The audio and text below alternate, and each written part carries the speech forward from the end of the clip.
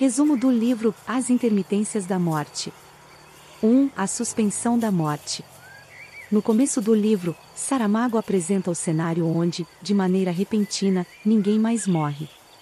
Isso é visto inicialmente como uma bênção. Pessoas em hospitais, gravemente enfermas, pararam de falecer, aqueles que estavam prestes a sucumbir à velhice, subitamente, se mantêm vivos.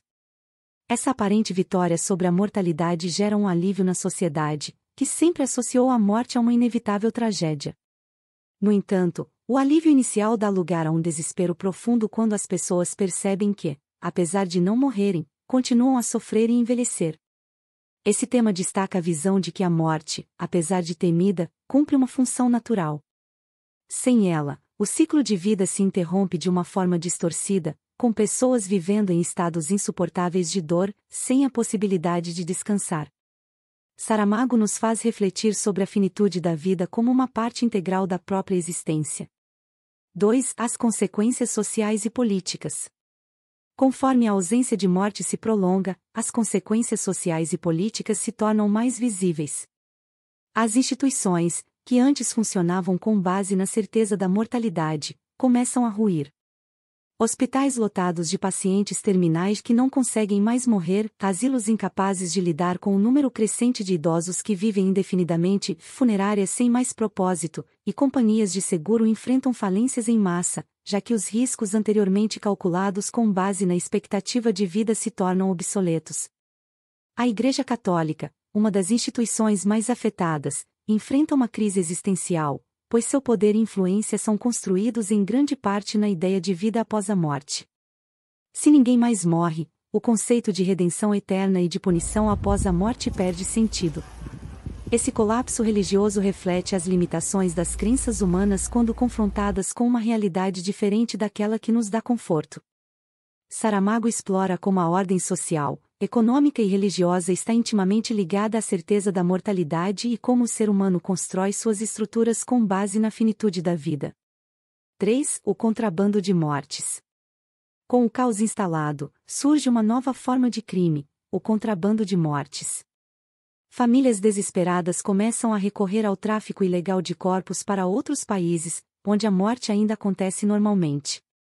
Isso revela a crueldade subjacente à suspensão da morte. As pessoas buscam desesperadamente uma forma de morrer, como se isso fosse a única solução para o sofrimento prolongado. O tráfico de morte se torna uma atividade lucrativa para aqueles que podem se aproveitar do desespero alheio. Saramago usa esse tema para criticar a forma como a sociedade lida com a dor e o sofrimento, e como, em situações extremas, a moralidade pode ser corrompida pela necessidade de alívio.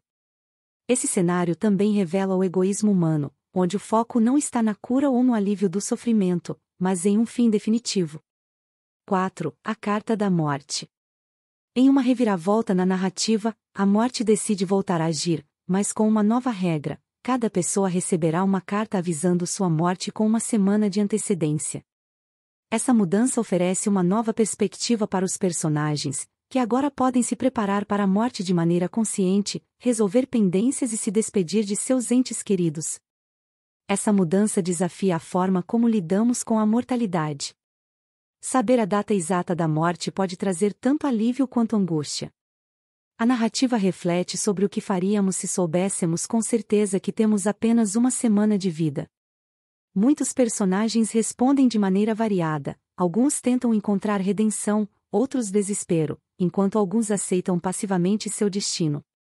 Esse tema aborda o livre-arbítrio e a inevitabilidade da morte, mesmo quando temos conhecimento prévio dela. 5. O encontro com a morte. O clímax da narrativa se desenrola quando a morte tenta enviar a carta de notificação a um violoncelista, mas falha repetidamente. Intrigada, ela decide investigar pessoalmente o que está acontecendo. A morte, personificada como uma figura feminina, se encontra em uma situação inesperada. Ao tentar compreender o que torna o violoncelista imune ao seu poder, ela começa a se envolver emocionalmente e questionar seu próprio papel.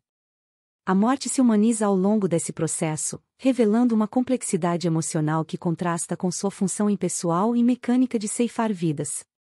Saramago cria um paralelo entre a morte e os humanos, mostrando que, Mesmo aquela entidade que sempre foi vista como fria e impiedosa, pode ser afetada pelo contato com a vida.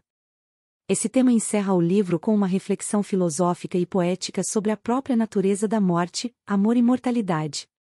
A partir desse encontro, Saramago propõe que, em última instância, a vida e a morte estão interligadas de maneiras mais profundas do que podemos compreender, e que, até mesmo a morte, ao se deparar com a humanidade, pode se transformar. Conclusão ampliada. As Intermitências da Morte é uma obra cheia de camadas, com uma narrativa que desafia as concepções tradicionais da vida e da morte. José Saramago usa uma premissa fantástica para explorar questões filosóficas, políticas e existenciais.